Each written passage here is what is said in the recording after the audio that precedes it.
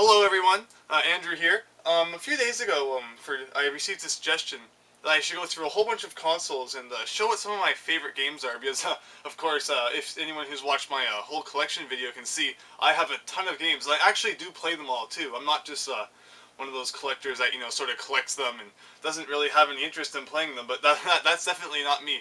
I've played so many games, and today what I'm going to do is just going to show you some of my favorite games from a whole bunch of different consoles. I have over 100 different games already lined up here. They're just like all crowded around me. I'm just gonna see if I can grab them from here.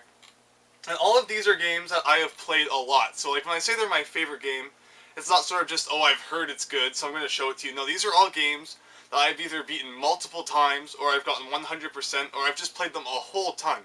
And looking at it now, I have played a lot of games, and this isn't even it. I mean, I've played so many more games than this too. That it's actually incredible.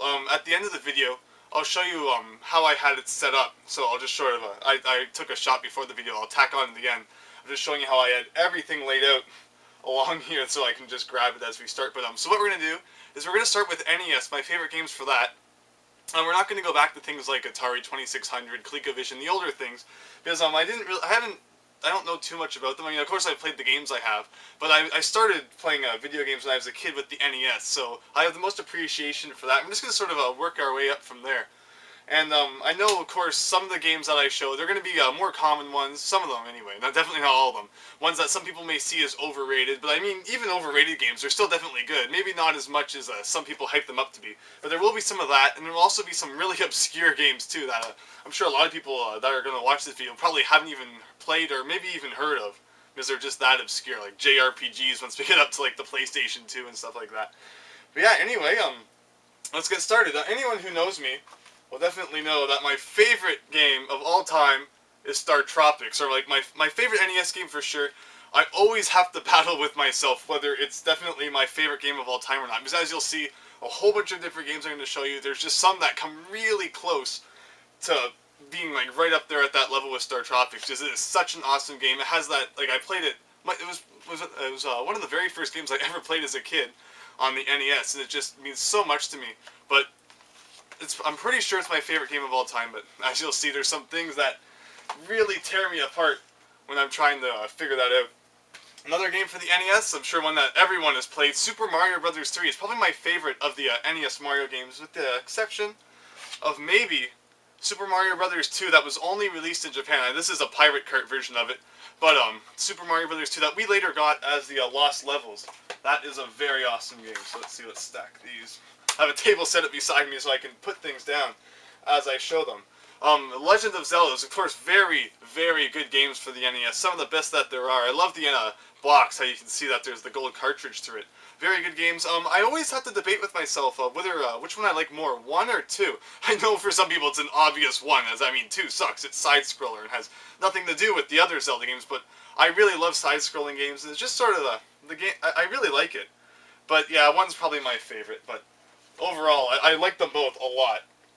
Another game I really like for NES, Punch Out. Of course, a lot of people are probably more familiar with the Mike Tyson version, because I mean, who wants to fight Mr. Dream at the end? Mike Tyson is the one everyone wants to go after, but it's pretty much the exact same game, and I have this one in the box, but yeah, Mike Tyson's Punch Out, very fun game, definitely not an easy game, getting all the way up to Mike Tyson and beating him.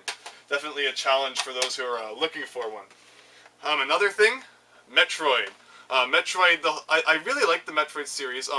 I'm a bigger fan of the 2D ones, so you have like Fusion, the original Metroid, Zero Mission, than I am of the Primes. I guess that's just how I am, because I started, of course, back with the older ones, so I guess that's just how I stayed. And then, of course, I had it here somewhere. You'll see I have so many things to show that it's not even funny. Let's not drop things. And I also have the Famicom disc system version. It's actually the exact same thing, just on the disc system. It saves too, which is really cool, instead of making you enter a password every time you play it. Let's see, what else do I got here for NES? Yeah, I know I'm not spending too much time on things, but let's see what will happen first. I'm worried that either the batteries on my camera are going to run out, or my memory card will fill up, because there's just so many games to get through. But yeah, Tetris for NES.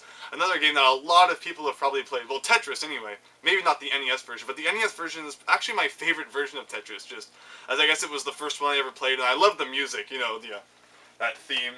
That seems to be pretty good. A lot of people I know like the Game Boy version too. That was one of the ones that got really popular. Another NES game I really like, The Guardian Legend. This is an awesome game. It's sort of like a mix of like a top-down arcade shooter, and then you mix it with Zelda or Star Tropics.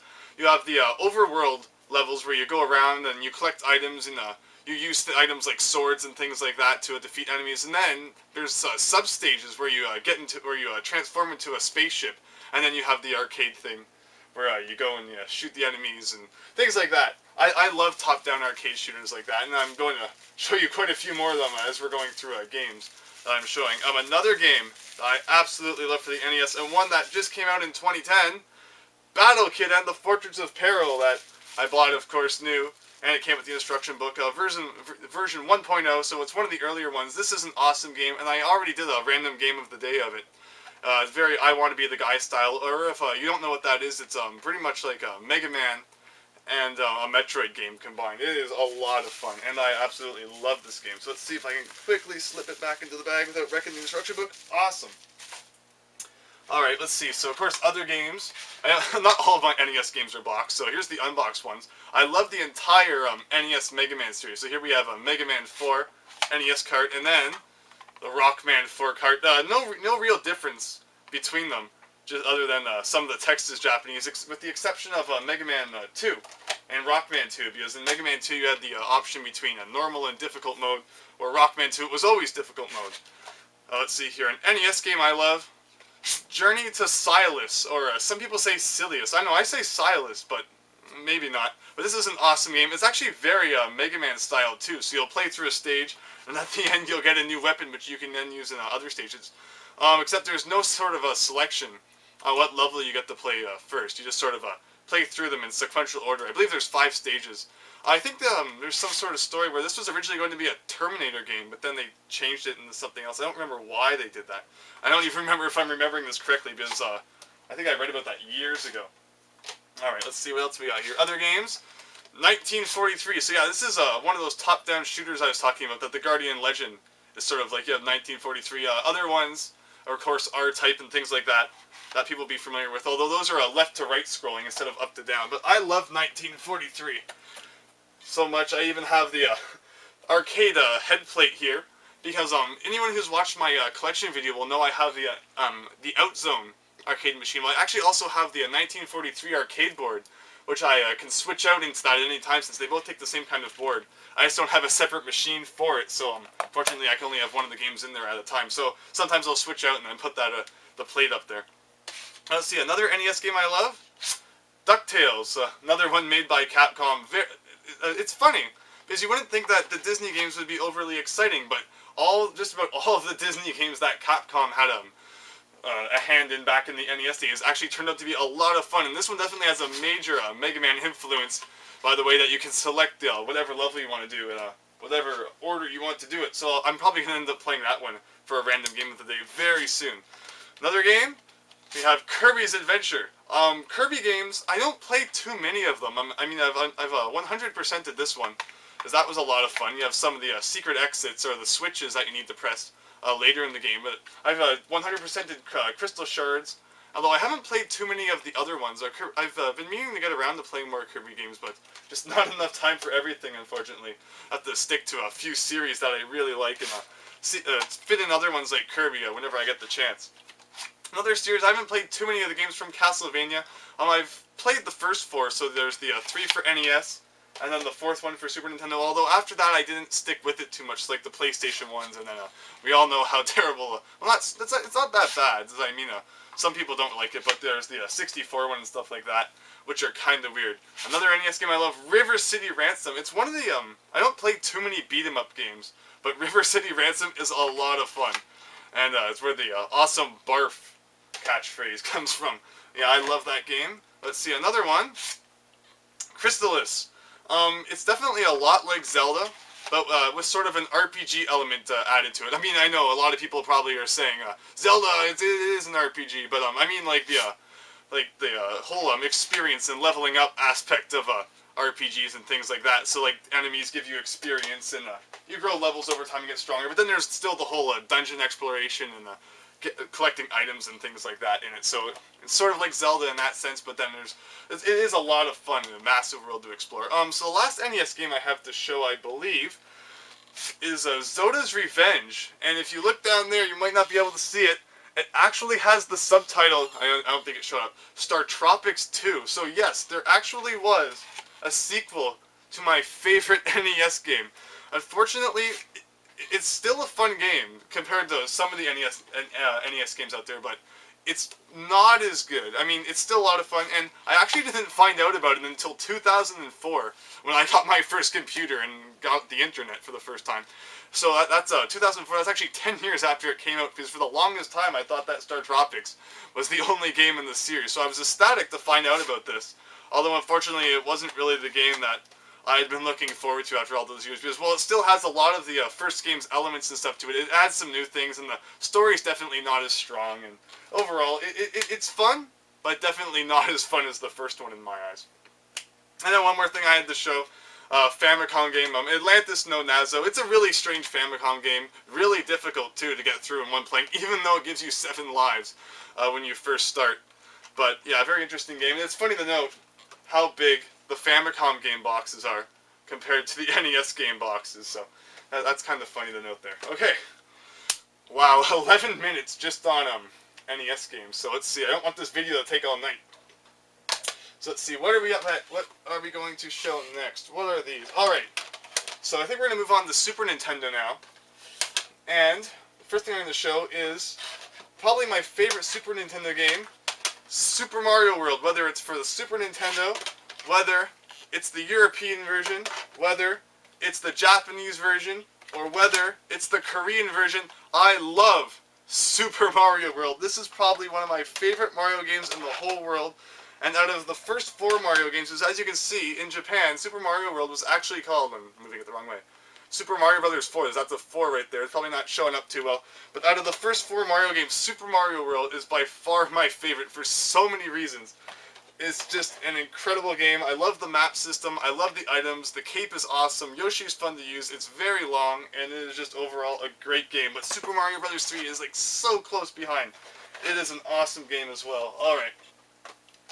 Yeah, but 4 different versions of Super Mario World. That is how much I love it. Especially the Korean version is pretty weird too. I mean, you turn it on the back and Korean there. The Super Comboy version. I believe the Super Nintendo was called the Super Comboy in Korea.